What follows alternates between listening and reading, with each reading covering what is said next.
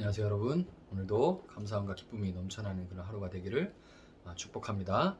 오늘 본문은 출애굽기 13장입니다. 여호와께서 모세에게 일러 이르시되 이스라엘 자손 중에서 사람이나 짐승을 막론하고 태에서 처음 난 모든 것은 다 거룩히 구별하여 내게 돌리라. 이는 내 것이라 하시니라. 모세가 백성에게 이르되 너희는 애굽 곧 종되었던 집에서 나온 그날을 기념하여 유기병을 먹지 말라. 여호와께서 그 손의 권능으로 너희를 그곳에 인도해 내셨음이니라. 아비벌 이날에 너희가 나왔으니 여호와께서 너를 인도하여 가나안 사람과 헷 사람과 아모리 사람과 히윗 사람과 여부스 사람의 땅 곧 내게 주시려고 내 조상들에게 명령하신 바 젖과 꿀이 흐르는 땅에 이르게 하시거든. 너는 이달에 이 예식을 지켜 이래 동안 무교병을 먹고 일곱째 날에는 여호와께 절기를 지키라. 이래 동안에는 무교병을 먹고 유교병을 내게 보이지 아니하게 하며 네 땅에서 누룩을 내게 보이지 아니하게 하라. 너는 그날에 내 아들에게 보여 이르기를 이 예식은 내가 애굽에서 나올 때 여호와께서 나를 위하여 행하신 일로 말미암음이라 하고 이것으로 네 손의 기호와 내 미간의 표를 삼고 여호와의 율법이 내 입에 있게 하라. 이는 여호와께서 강하신 손으로 너를 애굽에서 인도하여 내셨음이니 해마다 절기가 되면 이 규례를 지킬지니라. 여호와께서 너와 내 조상에게 명령하신 대로 너를 가나안 사람의 땅에 인도하시고 그 땅을 내게 주시거든. 너는 태에서 처음 난 모든 것과 내게 있는 가축의 태에서 처음 난 것을 다 구별하여 여호와께 돌리라. 수컷은 여호와의 것이니라. 나귀의 첫 새끼는 다 어린 양으로 대속할 것이요 그렇게 하지 아니하려면 그 목을 꺾을 것이며 내 아들 중 처음 난 모든 자는 대속할지니라. 후일에 내 아들이 내게 묻기를 이것이 어찌 됨이냐 하거든 너는 그에게 이르기를 여호와께서 그 손의 권능으로 우리를 애굽에서 곧 종이 되었던 집에서 인도하여 내실세. 그때 바로가 완악하여 우리를 보내지 아니하매 여호와께서 애굽 나라 가운데 처음 난 모든 것은 사람의 장자로부터 가축의 처음 난 것까지 다 죽이셨으므로 태에서 처음 난 모든 수컷들은 내가 여호와께 제사를 드려서 내 아들 중에 모든 처음 난 자를 다 대속하리니 이것이 내 손의 기호와 내 미간의 표가 되리라. 이는 여호와께서 그 손의 권능으로 우리를 애굽에서 인도하여 냈음이니라 할지니라. 바로가 백성을 보낸 후에 블레셋 사람의 땅의 길은 가까울지라도 하나님이 그들을 그 길로 인도하지 아니하셨으니 이는 하나님 말씀하시기를 이 백성이 전쟁을 하게 되면 마음을 돌이켜 애굽으로 돌아갈까 하셨습니다. 그러므로 하나님이 홍해의 광야길로 돌려 백성들을 인도하심에 이스라엘 자손이 애굽 땅에서 대열을 지어 나올 때에 모세가 요셉의 유고를 가졌으니 이는 요셉이 이스라엘 자손으로 단단히 맹세하게 하여 이르기를 하나님 반드시 너희를 찾아오시리니 너희는 내 유고를 여기서 가지고 나가라 하였음이더라. 그들이 숫곳을 떠나 광야길 에담의 장막을 치니 여호와께서 그들 앞에서 가시며 낮에는 구름 기둥으로 그들의 길을 인도하시고 밤에는 불기둥을 그들에게 비추사 낮이나 밤이나 진행하게 하시니 낮에는 구름 기둥 밤에는 불기둥이 백성 앞에서 떠나지 아니하니라. 아멘. 자, 오늘 본문은 이 본문 13장은 무교병의 절기와 태에서 처음 난 것을 대속하는 그런 규정에 대해서 설명을 해줍니다. 하나님께서 이런 규정을 두신 것은 우선은 경배를 받으시기에 합당하신 하나님 앞에 마땅한 것을 돌려드리도록 하기 위해서지만 그게 우선적인 이유겠지만 그보다도 백성들이 구원의 과정과 목적 그리고 그 놀라움과 감격을 기억하도록 하기 위한 거예요. 기억하라. 신명기의 주제 중에 하나입니다. 기억하라. 기억하도록 하기 위한 겁니다. 여러분 사람들은 너무나 쉽게 이 세상이 병들었다. 문제가 많다. 썩었다. 뭐 이런 얘기들을 쉽게 합니다. 그것은 신앙이 있든 없든 마찬가지죠. 문제를 토로하는 사람은 많은데요. 정작 그 문제들이 왜 일어나는지, 왜 개선은커녕 악화 일로에 있는지 그 근본적인 원인에 대해서 말하는 사람은 많지 않습니다. 기독교는 그 원인에 대해서 인간의 근원적인 자기 중심성 때문이다. 그렇게 말하는데요. 믿지 않는 사람들에게조차 납득될 수 있도록 이렇게 말해본다면 내가 한 것은 기억하지만 다른 사람의 일은 기억하지 못하는 것. 자기 중심성이죠. 그래서 내가 하는 것은 기억하는데 다른 사람의 일은 다른 사람이 한 것들은 기억하지 못하는 거예요. 다시 말해서 이 감사함의 부재라고 말할 수 있습니다. 감사함의 부재. 감사함이 없다. 내가 한 일에 대해서 알아주거나 표현하지 않으면 이 섭섭한 내색을 하거나 마음의 불편함으로 담아두지만 정작 다른 사람들이 한 일에 대해서는 당연하게 생각하거나 금세 잊어버리기 십상입니다. 내가 존재하는 것은 부모의 수고로움이 있었기 때문이고 내가 지금 입고 먹고 쓰는 것들 중에 내가 직접 가꾸고 짓고 만든 것은 거의 존재하지 않죠. 이거 제가 짓고 만든 거 하나도 없습니다. 모두 누군가의 수고로움이 있었기 때문에 제가 지금 누리고 있는 거죠. 경제학자인 애덤 스미스, 고전 경제학파죠. 애덤 스미스는 이것을 경제적 유익을 위한 이기적인 동기들이 시장을 돌아가게 만들고 가격이 책정되게 하는 그런 보이지 않는 손이다, 이렇게 말해서 유명해졌는데요. 그것만으로는 다 설명할 수 없는 보이지 않는 손들에 의해서, 애덤 스미스가 얘기한 것처럼 이기적인 동기에 의해서만, 그 사람이 빵을 만드는 사람은 누군가를 위해서 빵을 만드는 게 아니라 내가 돈 벌기 위한 목적으로 빵을 만드는 것뿐이, 내가 그런 이기적인 동기가 경제를 돌아가게 하는 거다라고 그는 말했지만, 그러나 그것만으로 다 설명할 수 없는 보이지 않는 손에 의해서 내가 살아갈 수 있는 거죠.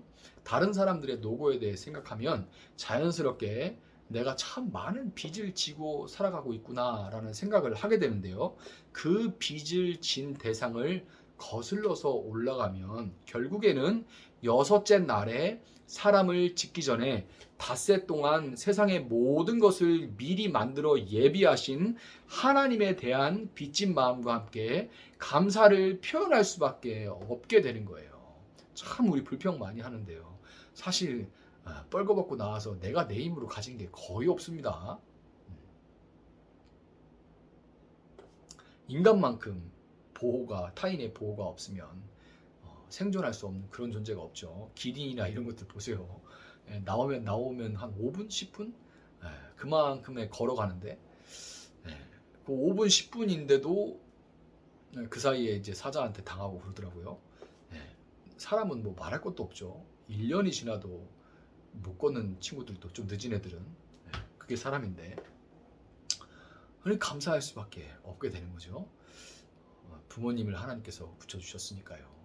또 그렇지 못한 친구들도, 또 사람이 살면서 사람들은 시설을 만들어서 또 이렇게 누군가의 도움을 받게 하셨으니까요.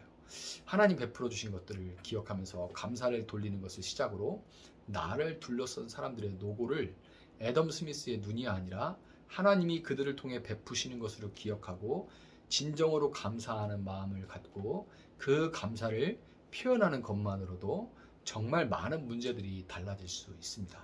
결국 다양한 문제들이 있지만 그 해결의 시작은 뭐에 있는 거예요? 기억함에 있는 거예요. 기억함에 있는 겁니다. 하나님은 기억과 그것을 통한 감사가 끊어지지 않도록 하시기 위해서 본문 8절과 14절에서 반복해서 두 가지를 말씀하십니다. 첫 번째는 하나님이 행하신 일을 내 손의 기호와 내 미간의 표로 삼으라 하는 것이고, 두 번째는 네 아들에게 절기를 지키는 이유에 대해 설명해서 기억이 대물림 될 수 있도록 하라 하는 말씀입니다. 절기를 지키는 이유, 곧 하나님이 이스라엘에게 행하신 것을 잘 보여주는 것이 태에서 처음 난 모든 것과 가축의 태에서 처음 난 것을 다 구별해서 여호와께 돌리라는 말씀에서 드러나요. 하나님은 하나님의 자녀인 이스라엘을 노예로 삼고 놓아주지 않는 이집트로부터 모든 첫 것의 생명을 취하시는 그런 심판을 내리셨죠. 이집트 전역에 내린 심판으로부터 오직 이스라엘만 비켜갈 수 있었던 것은 그들이 자신들의 첫 것을 대신해서 흠없는 어린 양을 잡아 그 피를 문 임방과 설주에 발랐기 때문입니다. 예수님은 하나님의 장자로서 모든 하나님의 자녀들을 대표하십니다. 첫사람이었던 아담은 하나님을 배반하고 범죄함으로써 그로부터 시작된 모든 사람들이 원초적인 죄에서 하나님을 떠나 자기중심적으로 살아가는 이 원초적인 원죄로부터 벗어날 수 없게 만들었지만, 둘째 아담이신 예수님이 이 땅에 오셔서 죄에 속한 모든 사람들을 대신해서 죽으심으로써 그를 믿는 모든 사람들은 죄에 속한 자에서 하나님께 속한 자로, 세상을 상징하는 이집트에서 하나님의 나라를 상징하는 가나안 땅으로 그 소속이 옮겨지게 된 겁니다. 이스라엘 백성들은 하나님의 구원을 기억하고 감사하기 위해서 나귀의 첫 새끼와 아들 중 처음 난 자들을 다 어린 양으로 대속해야만 했어요. 나귀는 지금도 많은 저개발 국가에서 유용한 이동 수단이자 운송 수단으로서 고대에는 지금의 자동차와 같이 일반적으로 사람의 소유를 자동차가 대표하는 것처럼 소유를 대표하는 역할을 한다고 할 수 있습니다. 아들 중에 처음 난 자들은 지금도 여전히 동양권에서 장남이 집안을 대표하는 것과 같이 한 가정에 속한 모든 생명을 대표하는 거예요. 이스라엘은 절기마다 모든 재산과 생명을 위해 대속함으로써 하나님이 하신 일을 기억하고 감사를 표했으며 네 손의 기호와 네 미간의 표가 되게 하라고 하신 하나님 말씀과 같이 네 미간의 표가 되고 내 손의 기호 묶고 다니면 그 하나님 말씀과 같이 이건 일상을 얘기하는 거죠. 여기 붙이고 다니고 여기 묶고 댕겨라.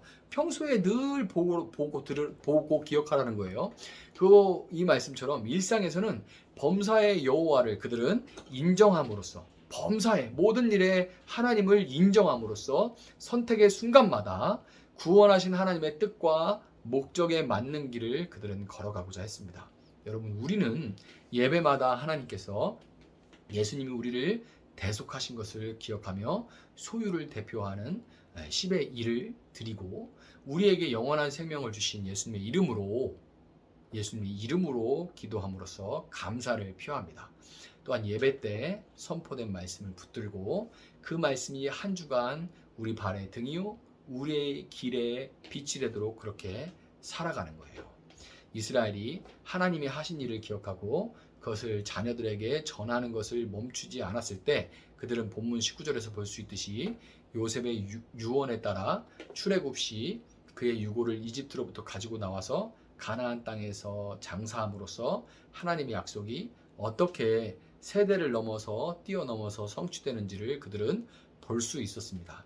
여러분, 기억하고 감사하면서 그 감사를 대물림하는 것은 감사와 찬양을 받으시기에 합당한 하나님께 우리가 마땅히 행해야 할 바지만 그보다도 우리가 우리 자신과 우리 가족과 우리 주위를 변화시켜 나가시는 하나님의 일하심을 볼 수 있는 길, 그런 방법이라는 것을 기억하시고 오늘도 하나님이 여러분의 삶에서 행하신 일을 기억하고 감사로 시작하고 채워지는 그런 하루가 되기를 주님의 이름으로 축복합니다. 제가 한번 기도하겠습니다. 사랑하시는 하나님, 감사합니다. 하나님 오늘 말씀으로 기억하라 하고 말씀하십니다.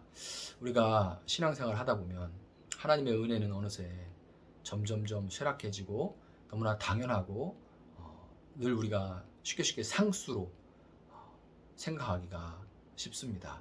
그리고 다른 것 더 주지 않은 것 때문에 우리는 불평하고 불만한 상태에 빠져 있는 것이 너무나 흔한 것을 고백합니다. 그러나 하나님, 우리가 이 시간 하나님께서 우리를 위해서 행하신 놀라운 일을 기억합니다. 그리고 마땅한 감사와 찬양을 올려드립니다.